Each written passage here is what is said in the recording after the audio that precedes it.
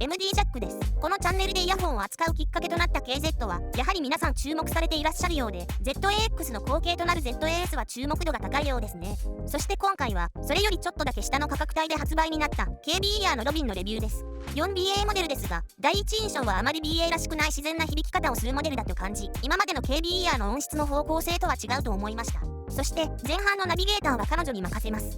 こんにちは、あいです。今回も前半を担当させていただきます。では早速。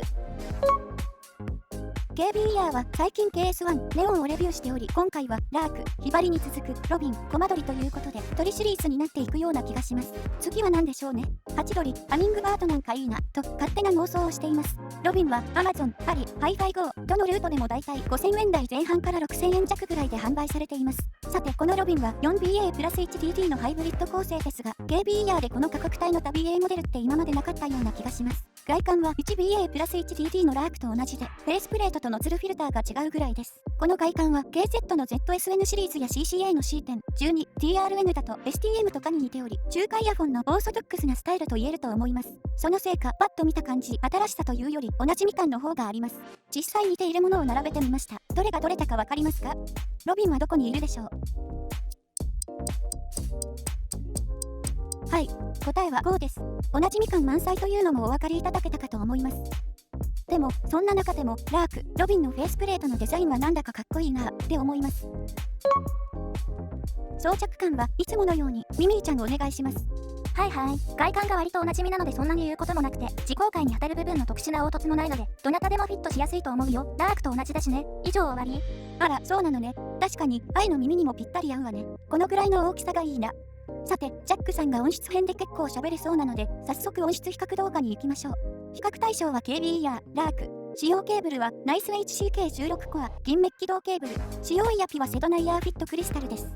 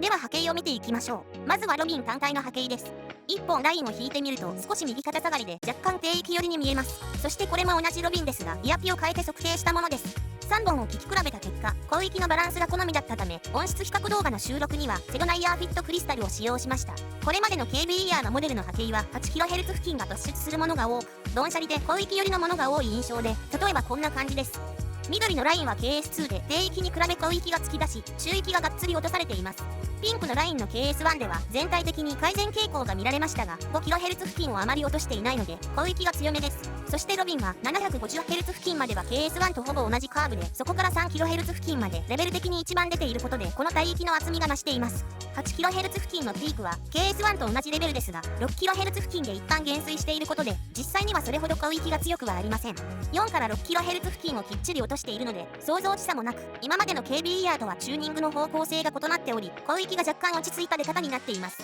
収録音だと少しこもり気味に聞こえたかもしれませんが、実音の高域はクリアです。表現が難しいところですが、高域の抜け印の突き抜けるような過激さはありません。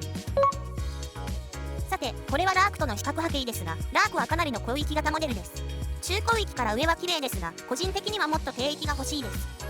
2から 3kHz 付近もあっさりした出方になっていますが、低域が邪魔をしないので実際にはさほど気になりません。1kHz 以下を EQ で持ち上げ 8kHz 付近を抑えたいところですが、 KS1 に似た結果になるのは容易に推測できるので、それなら KS1 で聞きますってことで。